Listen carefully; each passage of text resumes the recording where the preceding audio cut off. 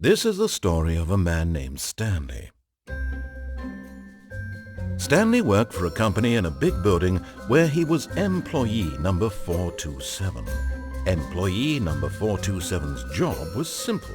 He sat at his desk in room 427 and he pushed buttons on a keyboard. Orders came to him through a monitor on his desk, telling him what buttons to push, how long to push them, and in what order. This is what employee 427 did every day of every month of every year. And although others might have considered it soul-rending, Stanley relished every moment that the orders came in, as though he had been made exactly for this job. And Stanley was happy. And then one day, something very peculiar happened. Something that would forever change Stanley. Something he would never quite forget. He had been at his desk for nearly an hour when he realized that not one single order had arrived on the monitor for him to follow. No one had showed up to give him instructions, call a meeting, or even say hi. Never in all his years at the company had this happened, this complete isolation. Something was very clearly wrong. Shocked, frozen solid, Stanley found himself unable to move for the longest time. But as he came to his wits and regained his senses, he got up from his desk and stepped out of his office.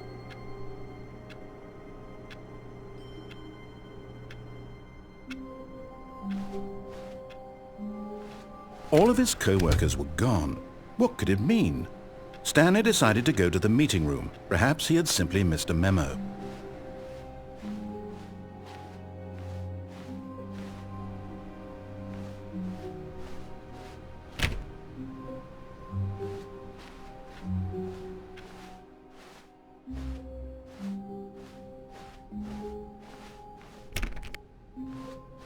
When Stanley came to a set of 2 open doors, he entered the door on his left.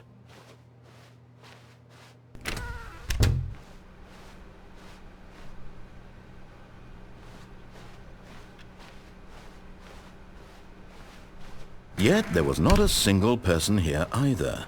Feeling a wave of disbelief, Stanley decided to go up to his boss's office, hoping he might find an answer there.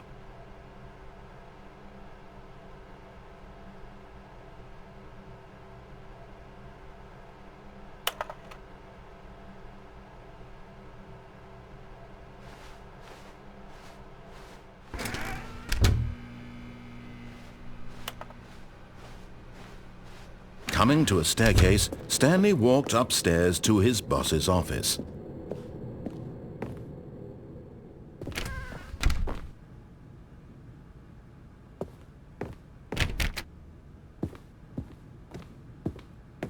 Stepping into his manager's office, Stanley was once again stunned to discover not an indication of any human life. Shocked, unraveled, Stanley wondered in disbelief who orchestrated this. What dark secret was being held from him?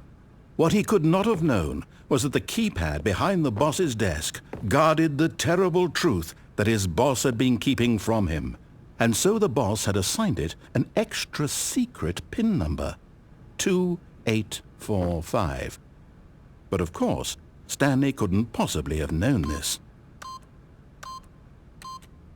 Yet incredibly, by simply pushing random buttons on the keypad, Stanley happened to input the correct code by sheer luck. Amazing! He stepped into the newly opened passageway.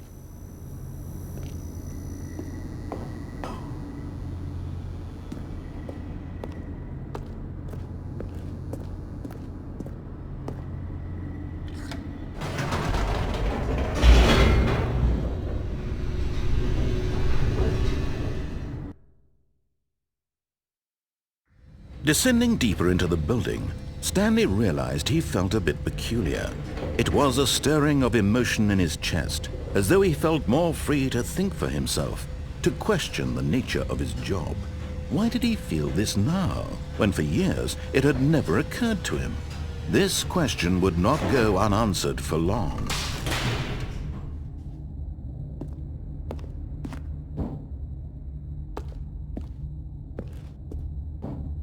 Stanley walked straight ahead through the large door that read Mind Control Facility.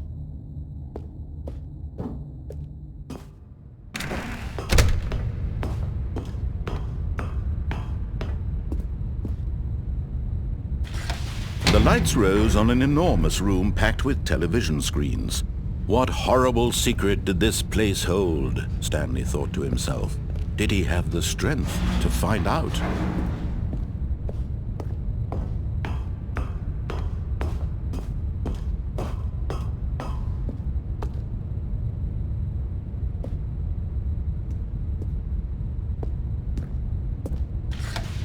Now the monitors jumped to life, their true nature revealed.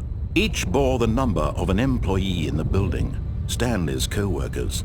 The lives of so many individuals reduced to images on a screen, and Stanley, one of them, eternally monitored in this place where freedom meant nothing.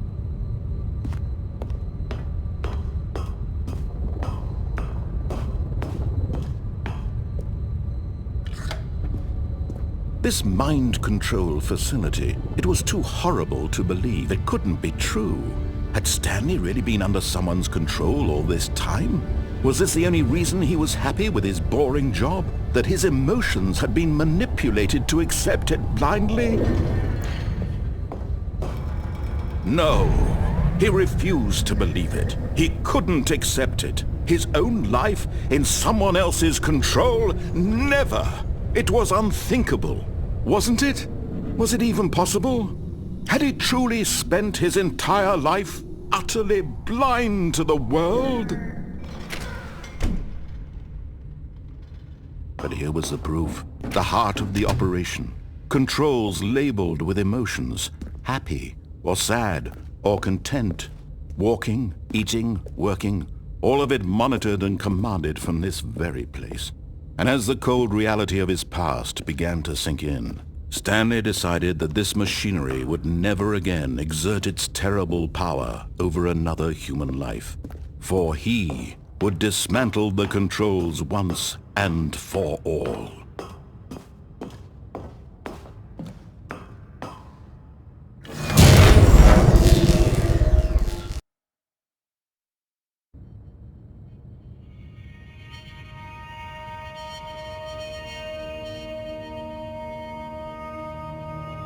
Blackness, and a rising chill of uncertainty.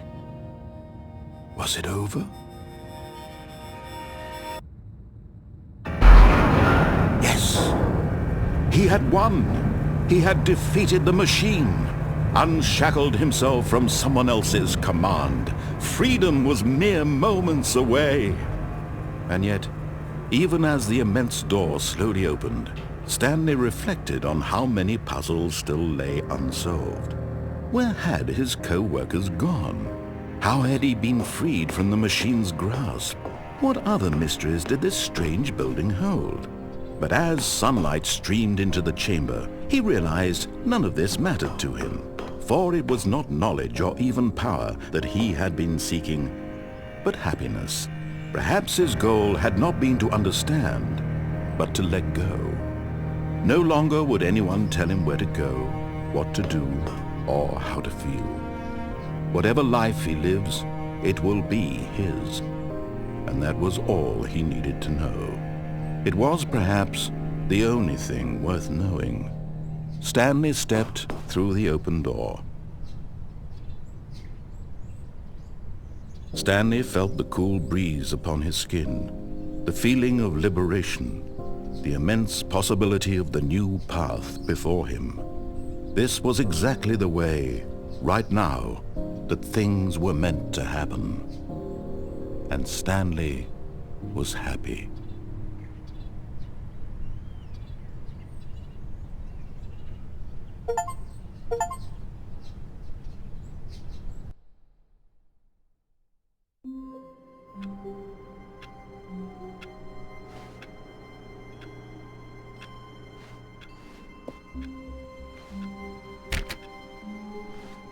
All of his co-workers were gone.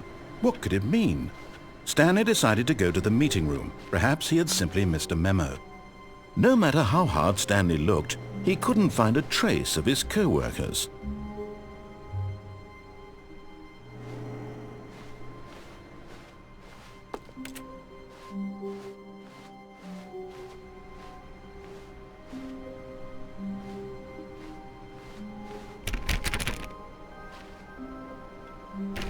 Stanley went around touching every little thing in the office, but it didn't make a single difference, nor did it advance the story in any way.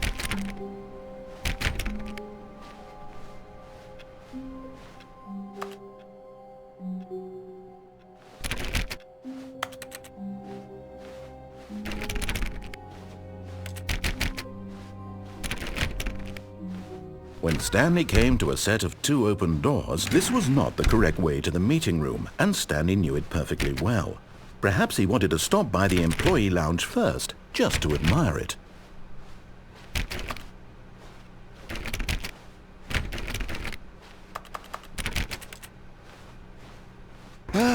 Yes, truly a room worth admiring. It had really been worth the detour after all, just to spend a few moments here in this immaculate, beautifully constructed room. Stanley simply stood here, drinking it all in. But eager to get back to business, Stanley took the first open door on his left.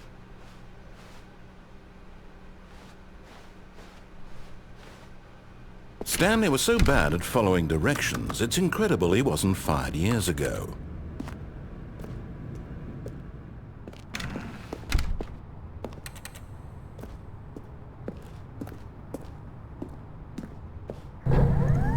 Look, Stanley, I think perhaps we've gotten off on the wrong foot here. I'm not your enemy, really, I'm not. I realize that investing your trust in someone else can be difficult, but the fact is that the story has been about nothing but you all this time. There's someone you've been neglecting, Stanley. Someone you've forgotten about. Please, stop trying to make every decision by yourself. Now, I'm not asking for me, I'm asking for her. This is it, Stanley. Your chance to redeem yourself, to put your work aside, to let her back into your life. She's been waiting.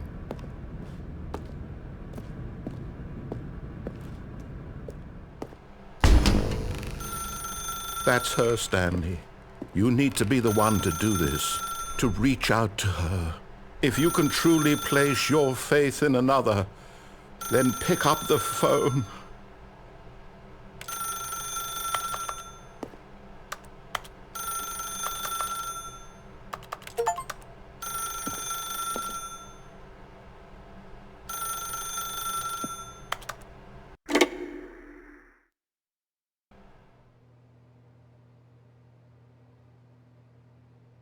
Oh, Stanley, is that you? Hold on, sweetie. Sorry to keep you waiting. I'm just pulling the bread out of the oven. All right. Okay, there we go. All right, now, I want you to come in and tell me all about your day. Gotcha! Oh, come on. Did you actually think you had a loving wife who'd want to commit their life to you? I'm trying to make a point here, Stanley. I'm trying to get you to see something. Come inside. Let me show you what's really going on here. This is a very sad story about the death of a man named Stanley. Stanley is quite a boring fellow. He has a job that demands nothing of him, and every button that he pushes is a reminder of the inconsequential nature of his existence. Look at him there, pushing buttons, doing exactly what he's told to do. Now he's pushing a button. Now he's eating lunch. Now he's going home. Now he's coming back to work. One might even feel sorry for him, except that he's chosen this life. But in his mind, in his mind he can go on fantastic adventures. From behind his desk, Stanley dreamed of wild expeditions into the unknown, fantastic discoveries of new lands. It was wonderful. And each day that he returned to work was a reminder that none of it would ever happen to him. And so he began to fantasize about his own job. First, he imagined that one day while at work, he stepped up from his desk to realize that all of his co-workers, his boss, everyone in the building had suddenly vanished off the face of the earth. The thought excited him terribly. So he went further. He imagined that he came to two open doors and that he could go through either. At last, choice. It barely even mattered what lay behind each door. The mere thought that his decisions would mean something was almost too wonderful to behold. As he wandered through this fantasy world, he began to fill it with many possible paths and destinations. Down one path lay an enormous round room with monitors and mind controls. And down another was a yellow line that weaved in many directions. And down another was a game with a baby. And he called it the Stanley Parable. It was such a wonderful fantasy, and so in his head he relived it again, and then again, and again, over and over, wishing beyond hope that it would never end, that he might always feel this free. Surely there's an answer down some new path, mustn't there be? Perhaps if he played just one more time. But there is no answer. How could there possibly be? In reality, all he's doing is pushing the same buttons he always has. Nothing has changed. The longer he spends here, the more invested he gets, the more he forgets which life is the real one. And I'm trying to tell him this, that in this world he can never be anything but an observer, that as long as he remains here, he's slowly killing himself. But he won't listen to me. He won't stop. Here, watch this. Stanley, the next time the screen asks you to push a button, do not do it.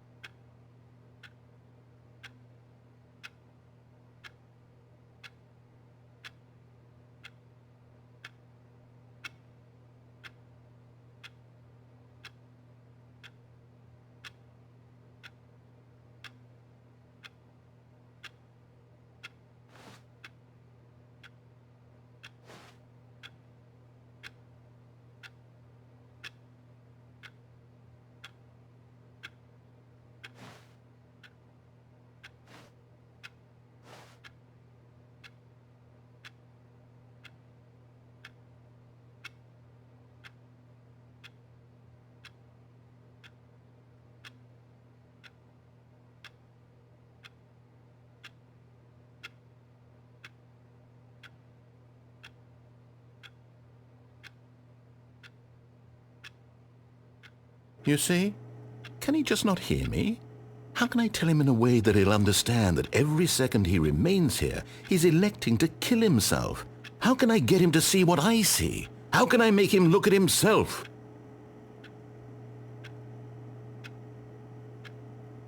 I suppose I can't, not in the way I want him to.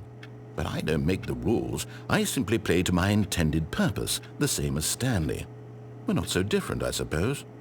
I'll try once more to convey all this to him. I'm compelled to. I must. Perhaps, well, maybe this time he'll see. Maybe this time. And I tried again, and Stanley pushed a button. And I tried again, and Stanley pushed a button. And I tried.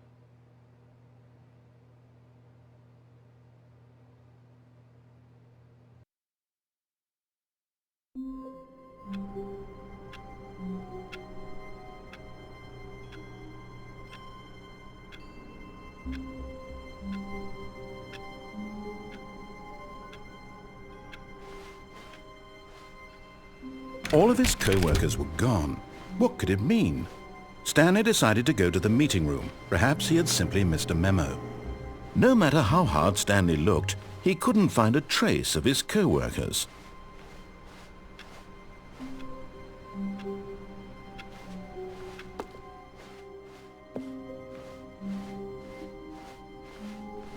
When Stanley came to a set of two open doors, this was not the correct way to the meeting room, and Stanley knew it perfectly well. Perhaps he wanted to stop by the employee lounge first, just to admire it. Wow, yes, this room. But eager to get back to business, Stanley took the first open door on his left. And so he detoured through the maintenance section, walked straight ahead to the opposite door, and got back on track.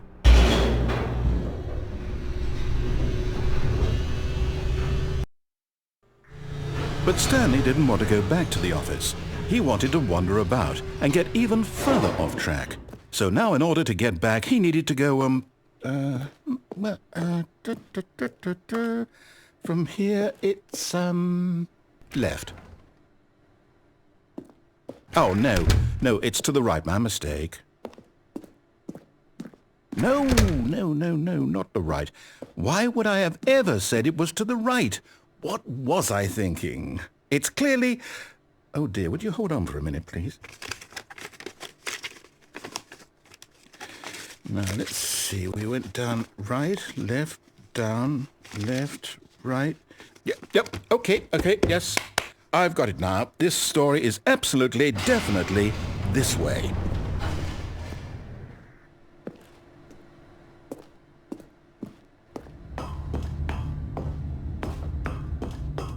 No. This isn't right at all. You're not supposed to be here yet. This is all a spoiler. Quick, Stanley, close your eyes. Okay. We just have to get back to, oh, who am I kidding? It's all rubbish now. The whole story completely unusable. How about, rather than waste my time trying to salvage this nonsense, we'll just restart the game from the beginning. And this time, suppose we don't wander so far off track, Okay, from the top. All of his co-workers were gone. What could it mean? Stanley decided to go to the meeting room. Perhaps he had simply missed a memo.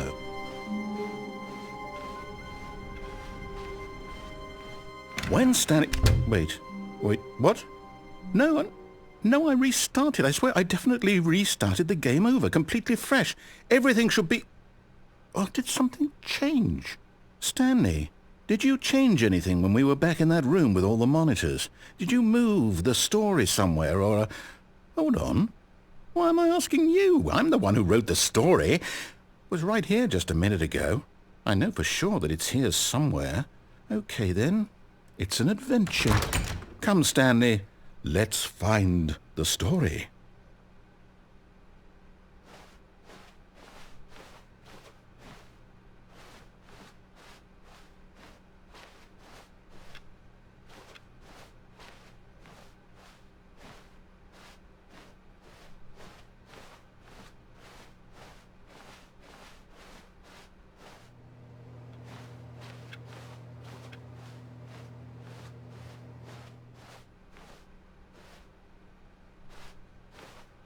I'll say it.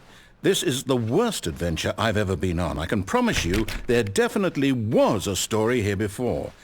Do we need to restart the game again? Well, I find it unlikely that we'll ever progress by starting over and over again, but it's got to be better than this. Okay, let's give it a shot. Why not?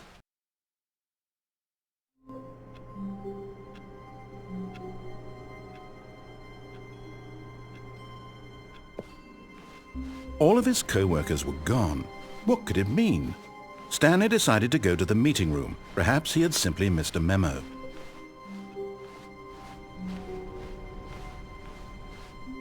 Okay, yep, it's worse. I might be remembering this wrong. It's possible the story is back where we just came from. Why don't we go back the other direction and see if we missed anything?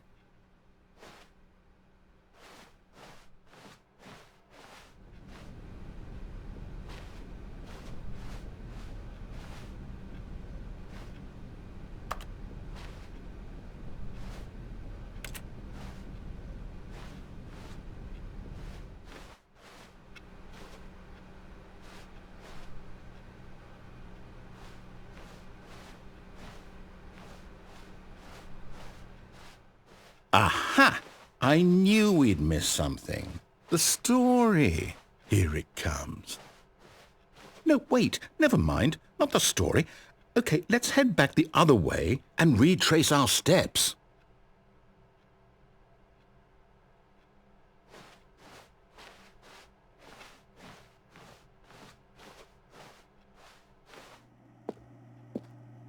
Now this... Well, I'll be honest, I don't recognize this place at all. Is this the story?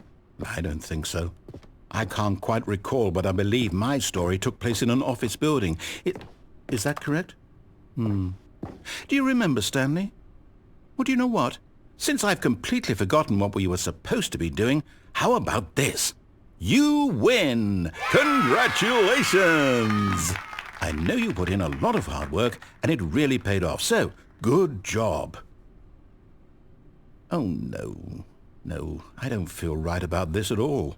We both know you didn't put in any actual work for that win. Some people win fair and square, and this was not one of those situations. Okay, I'm getting weirded out by whatever this place is. I don't care what might happen this time, I have to restart.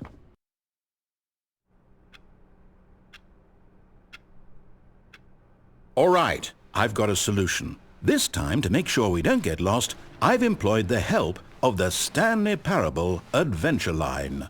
Just follow the line. How simple is that?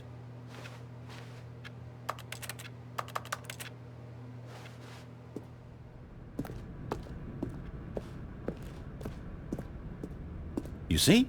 The line knows where the story is. It's over in this direction. Onward, Stanley, to destiny. Though, here's a thought. Wouldn't wherever we end up be our destination, even if there's no story there? Or to put it another way, is the story of no destination still a story? Simply by the act of moving forward, are we implying a journey such that a destination is inevitably conjured into being via the very manifestation of the nature of life itself? Okay, Stanley, I need to follow this train of thought for a minute. Just stick with me. Now, we can both agree that the nature of existence is in fact a byproduct of one's subjective experience of that existence, right?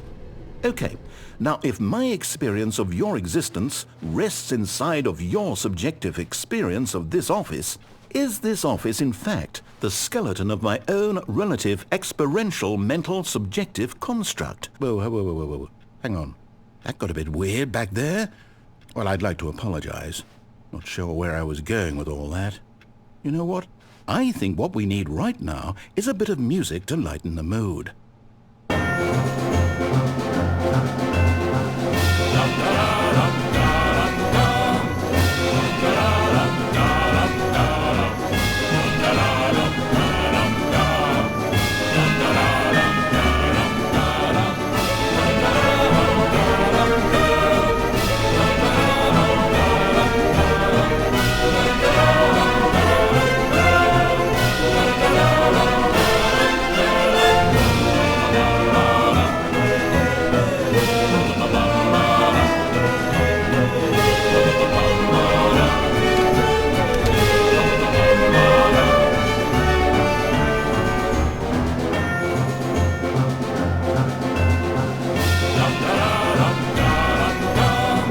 Cut the music, go back and look at that fern. Stanley, this fern will be very important later in the story. Make sure you study it closely and remember it carefully. You won't want to miss anything.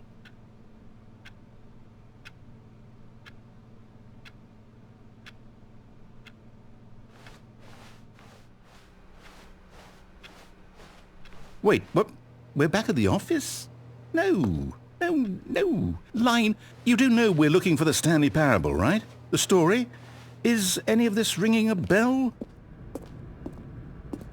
Oh, no, not again. Line, how could you have done this to us? And after we trusted you, after everything we've been through, you...